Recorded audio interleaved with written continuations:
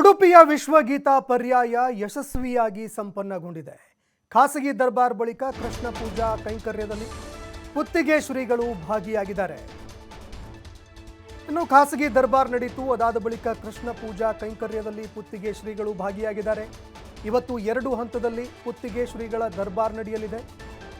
ಈ ವೇಳೆ Japan, Australia, Canada, ಅಬುಧಾಬಿಯಿಂದ ಭಕ್ತರು ಆಗಮಿಸಿದ್ದಾರೆ. ಒಟ್ಟು 600ಕ್ಕೂ ಹೆಚ್ಚು ಅನಿವಾಸಿ ಭಾರತೀಯರು ಪರ್ಯಾಯದಲ್ಲಿ ಭಾಗಿಯಾಗಿದ್ದಾರೆ. ಇಂದು ಸಂಜೆ 4 ಗಂಟೆಗೆ 2ನೇ ಹಂತದಲ್ಲಿ ದರ್ಬಾರ್ ನಡೀತಾ ಇದೆ. ಇನ್ನು ಇದೇ ವಿಚಾರಕ್ಕೆ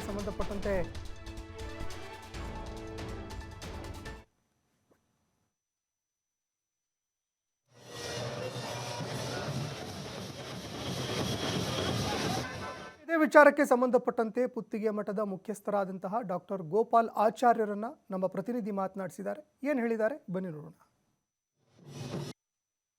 ಉಡುಪಿಯ ಶ್ರೀ ಪುತ್ತಿಗೆ ಶ್ರೀಗಳ ಪರ್ಯಾಯ ಮಹೋತ್ಸವ ಯಶಸ್ವಿಯಾಗಿ ಸಂಪನ್ನಗೊಂಡಿದೆ. ನಿನ್ನೆ ರಾತ್ರಿಯಿಂದ ಶುರುವಾದಂಥ ಪರ್ಯಾಯದ ಒಂದು ನಾಡ ಹಬ್ಬ ಏನಿದೆ ಅತ್ಯಂತ ಸುಂದರವಾಗಿ ಮನಮೋಹಕ ರೀತಿಯಲ್ಲಿ ಸಂಪನ್ನಗೊಂಡಿರುವಂಥದ್ದು. ಇವತ್ತು ರಾಜಾಂಗಣದಲ್ಲಿ ಒಂದು ಖಾಸಗಿ ದರ್ಬಾರ್ ಕಾರ್ಯಕ್ರಮ ಕೂಡ ಸಂಪನ್ನಗೊಂಡಿದೆ. ಹಾಗೆಯೇ ನಿನ್ನೆ ಪರ್ಯಾಯಕ್ಕೆ ಜನರ ಒಂದು ಸ್ಪಂದನೆ ಅನ್ನುವಂಥದ್ದು ಯಾವ ರೀತಿ ಇತ್ತು, ಈ ಬಗ್ಗೆ ಮಾತನಾಡೋದಕ್ಕೆ ಪುತ್ತಿಗೆ ಮಠದ ಮುಖ್ಯಸ್ಥರಾಗಿರುವಂಥ ಡಾಕ್ಟರ್ ಗೋಪಾಲ ಆಚಾರ್ಯ ಉಡುಪಿಯವರು ನಮ್ಮೊಂದಿಗಿದ್ದಾರೆ. ಅವ್ರನ್ನ ನಾನು ಮಾತನಾಡಿಸ್ತಾ ಹೋಗ್ತೀನಿ. ಒಂದು ಅಭೂತಪೂರ್ವವಾದ ಒಂದು ಸ್ಪಂದನೆ ನಿನ್ನೆ ಸಿಕ್ಕಿದೆ. ನಿನ್ನೆ ಒಂದು ಪರ್ಯಾಯದ ಯಶಸ್ಸಿನ ಬಗ್ಗೆ ಏನು ಹೇಳಿ? ಖಂಡಿತವಾಗಿಯೂ ನೀವು ಹೇಳಿದ ಮಾತು ತುಂಬ ಸತ್ಯವಾದದ್ದು. ಪ್ರತಿ ಪರ್ಯಾಯಗಳು ತನ್ನದೇ ಆದಂಥ ಒಂದು ವಿಶೇಷತೆಯನ್ನು ಹೊಂದಿರುತ್ತದೆ. ಈ ಸರಿಯ ಪುತ್ತಿಗೆ ಪರ್ಯಾಯ ಅಂತ ಹೇಳಿದರೆ ಅದು ವಿಶ್ವಗೀತ ಪರ್ಯಾಯ ಅಂತ ಅದು ಪ್ರಸಿದ್ಧಿಯನ್ನು ಪಡೆದಿದೆ.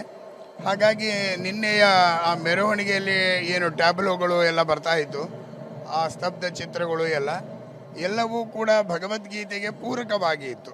ಹಾಗಾಗಿ ರಾತ್ರಿ 11 ಗಂಟೆಯಿಂದಲೇ ಜನಸಾಗರ ನಮ್ಮ ಉಡುಪಿಯ ಪ್ರಧಾನವಾದ ಮಾರ್ಗಗಳಲ್ಲಿ ನಾವು ನೋಡ್ತಾ ಇದ್ದೀವಿ.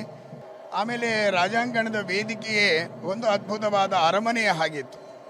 ಹಾಗಾಗಿ ಬಹಳ ವ್ಯವಸ್ಥಿತವಾದ ಒಂದು ಹೊಸ ರೂಪವನ್ನು ಕೊಡುವ ಹಾಗೆ ಇತ್ತು.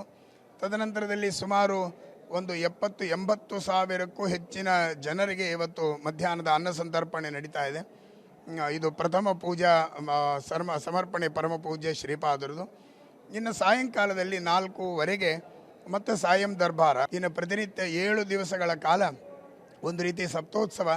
ಪ್ರತಿ ದಿವಸವೂ ಗಣ್ಯರಿಗೆ ಸನ್ಮಾನ, ವಿದ್ವಾಂಸರಿಂದ ಪ್ರವಚನ ಮತ್ತು ಅದೇ ರೀತಿಯಲ್ಲಿ ಸಾಂಸ್ಕೃತಿಕ ಕಾರ್ಯಕ್ರಮಗಳು ಇವೆಲ್ಲವೂ ಕೂಡ ಉಡುಪಿಯ ಭಕ್ತರಿಗೆ, ಹೊರಗಿಂದ ಬಂದ ಯಾತ್ರಾರ್ಥಿಗಳಿಗೆ ಮುದ ನೀಡುವ ರೀತಿಯಲ್ಲಿ ಒಂದು ಹೊಸ ಕಲ್ಪನೆಯಲ್ಲಿ ಪೂಜ್ಯ ಶ್ರೀಪಾದರು ಈ ಪರ್ಯಾಯವನ್ನು ರೂಪಿಸಿದ್ದಾರೆ.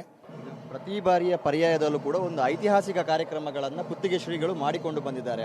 ಅದು ಒಂದಿಷ್ಟು ನೆನಪುಗಳಾಗಿ ಉಳಿದಿರುವಂಥದ್ದು, ಒಂದು ಲ್ಯಾಂಡ್ ಮಾರ್ಕ್ ಅಂತ ಹೇಳ್ಬೋದು ಉಡುಪಿಗೆ.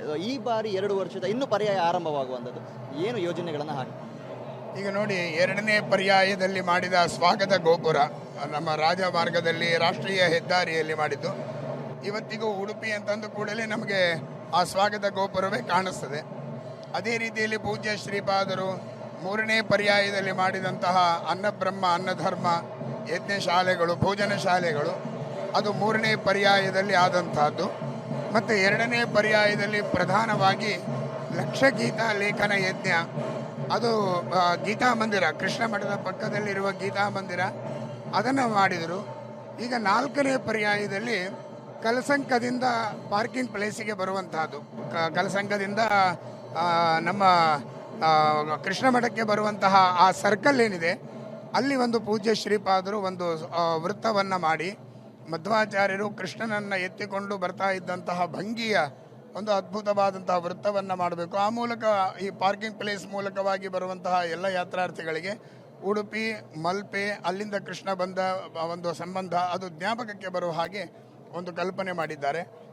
ಎಲ್ಲಕ್ಕಿಂತಲೂ ಲಕ್ಷ ಜನರಿಂದ, ಕೋಟಿ ಜನರಿಂದ ಗೀತೆಯನ್ನು ಬರೆಸುವ ಮೂಲಕ ಒಂದು ದೊಡ್ಡ ಕ್ರಾಂತಿ ಹಾಕಿದ್ದಾರೆ.